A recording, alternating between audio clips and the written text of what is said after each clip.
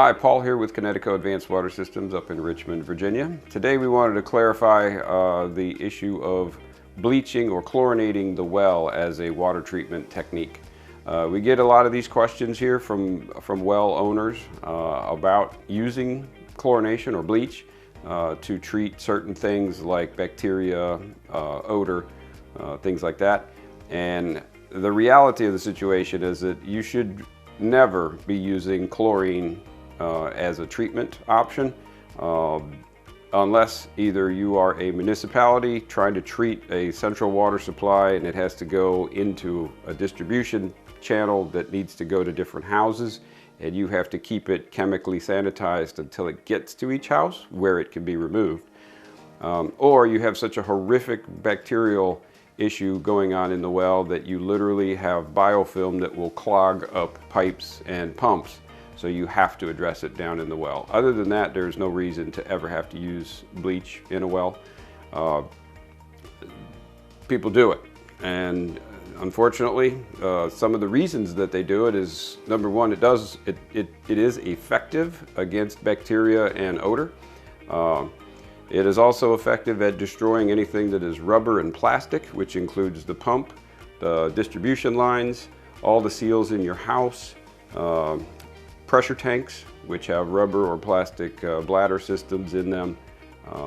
Pretty much anything inside the house that has plastic in it will get destroyed by chlorine. So it works. It's very destructive.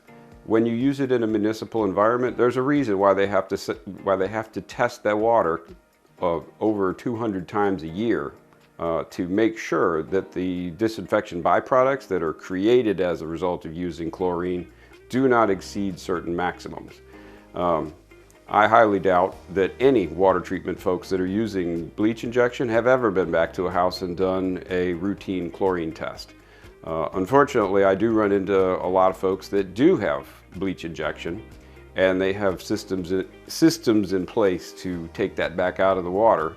And most of these folks have levels that far exceed the EPA's maximum on chlorine, which means that they're also exceeding the disinfection byproduct maximum of 0.08 parts per million, which is a very tiny number. And those are carcinogens. So you do not want to expose your house to the destructive nature of chlorine. You do not want to expose your health, either from drinking it or from inhaling it in the shower, for example. You don't want to expose yourself to carcinogens.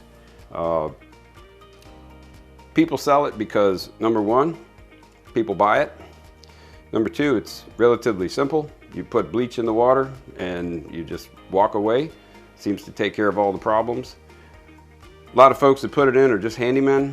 They find it at the local plumbing supply house. Why do they sell it at the plumbing supply house? Because people buy it. And really, that's anybody that is truly in the water treatment business knows that that is an absolute last resort.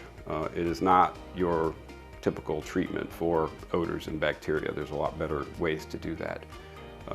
So don't expose yourself to any of those risks, health-wise or house-wise, because a lot of times you don't find out until it's too late. But hopefully that's cleared up a little bit of the mystery around chlorine injection. Can happen in the well as a pellet dropper, can happen in the house as a chemical injection.